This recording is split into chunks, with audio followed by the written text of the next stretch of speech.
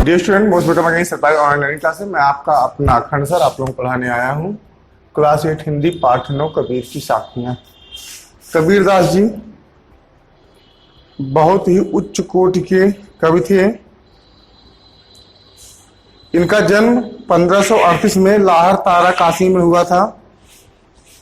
इनका जन्म लाहर तारा काशी में हुआ था और मृत्यु 1518 में कहाँ हुआ था? मगहर, उत्तर प्रदेश। जन्म 1900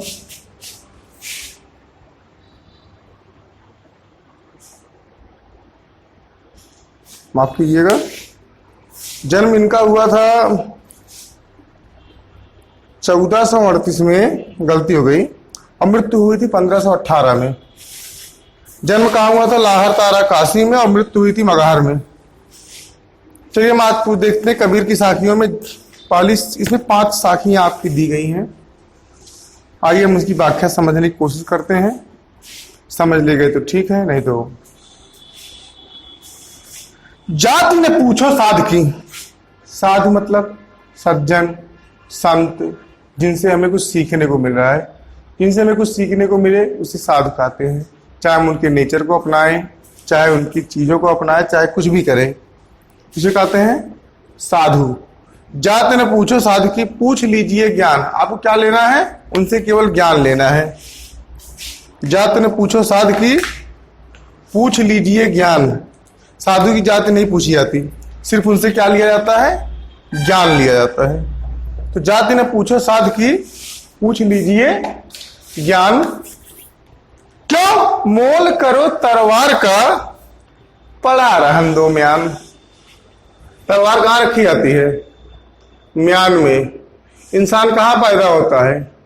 किसी जाति में। महान मीराबाई के गुरु कौन थे? संत रविदास। मीराबाई क्या थी? राजपूत। संत रविदास क्या थे? चर्मकार। मैटर ही नहीं करता। जाति ने पूछो साध की, तो क्या कर लिए? पूछ लीजिए ज्ञान। संतों की कोई जाति नहीं होती, इसलिए उनकी जातिवाद के चक्कर में मत पड़ो। उनकी जाति के चक्कर में मत पड़ो, बल्कि उनसे क्या चाहिए? आपको ज्ञान चाहिए। तो आप उनसे केवल ज्ञान लीजिए। क्यों? क्योंकि मोल करो तलवार का। तलवार मतलब जिससे आपकी मुख्य काम है, चलाना तक वो तलवार है। अब म्यान पुरानी हो, सड़ी हो, फटी हो, मैटर ही नहीं करता। आप म्यान के चक्कर में पड़ोगे ना तो हो चुका कल्याण। तलवार म्यान में है, बात खत्म। आपको किससे मतलब है? तलवार से, ना कि म्यान से। यानी संत आदमी के हमको जो ज्ञान मिलता है, हमें सिर्फ उस ज्ञान से मतलब रखना चाहिए। वो ज्ञान वो किस जाति के है, किस धर्म का है, कोई मतलब नहीं रखना चाहिए। इन्होंने एक ही लाइन कही है कहीं कि सार सार को गह लो, थोथा दे उड़ाए। साधु ऐसा चाहिए। आप लोग कुछ बात कर रहे हैं, आप लोग भी साधु हैं, संत हैं, हृदय साफ है, मन में पाप नहीं है, तो आप लोग साधु हैं, अच्छे हैं, साधु हैं। कि सार सार को गह लो, थोथा दे उड़ाए। मतलब जो अपने अंश का है उसको ले लीजिए, जो अपने फायदे का है उसको ले लीजिए। स्वार्थी बनने की बात नहीं कर रहा हूं। किसी व्यक्ति में 1,00,000 बुराइयां हो, अगर कुछ अच्छाई है तो उससे आपको सीख लेना चाहिए। बुराई को सीखना बड़ा आसान होता है, बुराई समाज सिखा देती है थोड़ा थोड़ा करके। ठीक है, तो आपको पहला समझ में आ गया कि साधु की कोई जात नहीं होती, उससे केवल आपको ज्ञान लेना चाहिए। क्यों? क्योंकि तलवार का मोल होता है, म्यान से मतलब नहीं रखना चाहिए, म्यान का मोल नहीं करना चाहिए। आवत गाड़ी एक है, उलटत होए अनेक। कोई इंसान रास्ता चलते आपको एक गाली देगा, फिर आप उसको पलट के गाली दोगे, फिर वो आपको पलट गाली देगा, फिर आप उसको दोगे, बहुत सारा हो जाएगा गाली गलौज। तब एक गाली ना गाली गलौज में बदल जाता है, गाली गलौज में, मतलब बहुत सारी गालियां हो जाती हैं। एक गाली के चक्कर में अनेक गालियां हो जाती हैं। ठीक है, चलिए।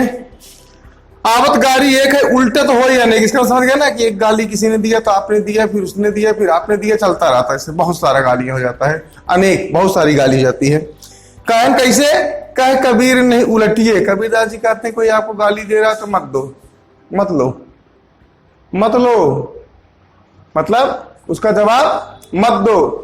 किसी ने कहा तुम गधे हो, तो तुम समझते तुम इंसान हो ना, तुम तो इंसान हो ना, उससे गधा करने से थोड़ी तुम्हारे 4 पैर हो जाएंगे, 2 कान हो जाएंगे, आप ढेंचू ढेंचू करने लगोगे, नहीं करोगे ना। बोले तू कुत्ता है, क्या उसे काटने से तुम कुत्ता हो जाओगे, 4 पैर के हो जाओगे, कान लटक जाएंगे, भाव भाव भाव करने लगोगे, नहीं करोगे ना। छोड़ जाने दो। तो जो गाली दे रहा है उसको देने दो, आप चुपचाप आगे बढ़ जाओ। तो क्या होता है, आवत गाली एक है, उल्टत हो अनेक। जब आपको गाली पड़ती है तो किसी एक व्यक्ति के द्वारा एक गाली पड़ती है, लेकिन अगर आप उस गाली का पलट के जवाब दे देते हो तो फिर वो आपको गाली देगा, फिर आप उसको गाली दोगे, फिर वो गाली देगा, फिर वो आप उसको गाली दोगे। इस तरह से गाली से कहां पहुंच जाओगे, गाली गलौज तक। यानी कि किसी ने आपको अपशब्द कहा, मैंने समझाया ना कि अगर किसी ने आपको कहा गधे, तो क्या उसके कहने से तुम गधे हो जाओगे? नहीं, क्योंकि तुम इंसान थे, इंसान हो और इंसान ही रहोगे। ओके, तो इसलिए मत जवाब दो। क्यों? कह कबीर ने उलटिए वही एक के एक। अगर जो है आप उसको उलट के गाली नहीं देते हो तो उसकी गाली उसके पास ही रह जाएगी और झगड़ा आगे नहीं बढ़ेगा।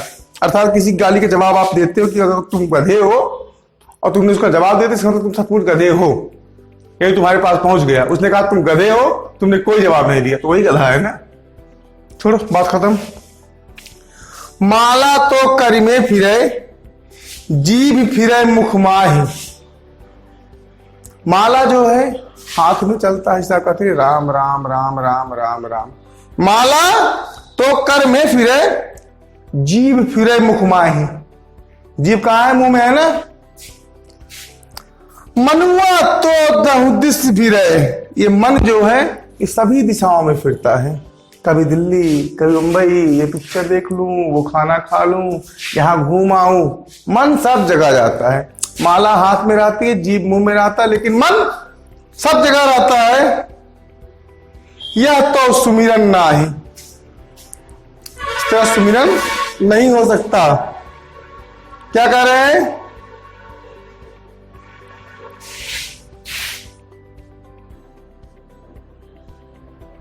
मनुष्य का स्वभाव चंचल होता है, वो माला तो दिन भर फेंकता है, प्रभु का नाम भी दिन भर लेता है, लेकिन उसका मन हर जगह भटक रहा होता है।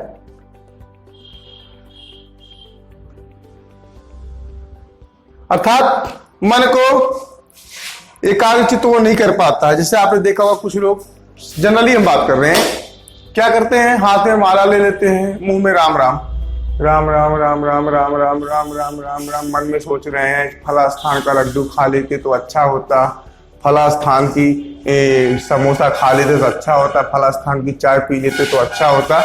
मुंह में राम है, हाथ में माला है, लेकिन ध्यान प्रभु पर एक पैसे का नहीं है। प्रभु पर ध्यान उसका एक पैसे का नहीं है। ठीक है? तो माला हाथ में रहती है और जीभ मुंह में रहता है, लेकिन मन चारों तरफ फिरता रहता है। ऐसे सुमिरन करने से अच्छा है कि सुमिरन ना करो, ऐसे पूजा पाठ करने से अच्छा है कि पूजा पाठ मत करो। कबीर घास न नींदिए, जो पाऊं तल होए, उड़े पड़े जब आंख में, खरी दुहेली होए। बहुत बड़ी बात है। कबीरदास जी कहते हैं घास न नींदिए। कबीरदास जी कहते हैं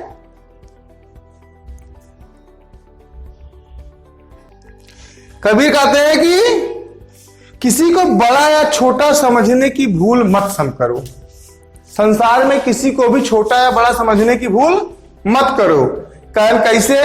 कहन घास का छोटा सा तिनका होता है ना, हाँ? बहुत छोटा तिनका, आपके लिए नजरअंदाज करने भर का। लेकिन नजरअंदाज तब हो जब आपको कोई नुकसान ना हो। कहीं गलती से वो आपकी नजर में चला गया, तब आपका अंदाज बदल जाएगा भैया, तब आपका अंदाज बदल जाएगा। जब तक नजर में आंख में नहीं जा रहा है तब तक आपका अंदाज दूसरा है। जिस समय आंख में चला गया तो आपका अंदाज ही बदल जाएगा।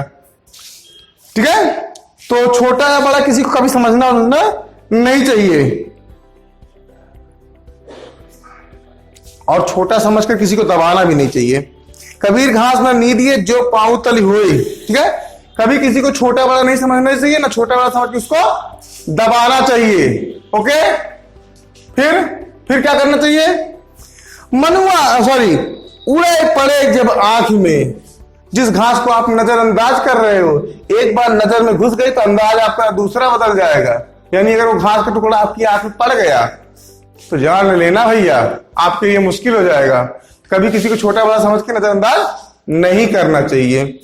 समय आने को हर छोटी चीज भी अपनी औकात बता देती है।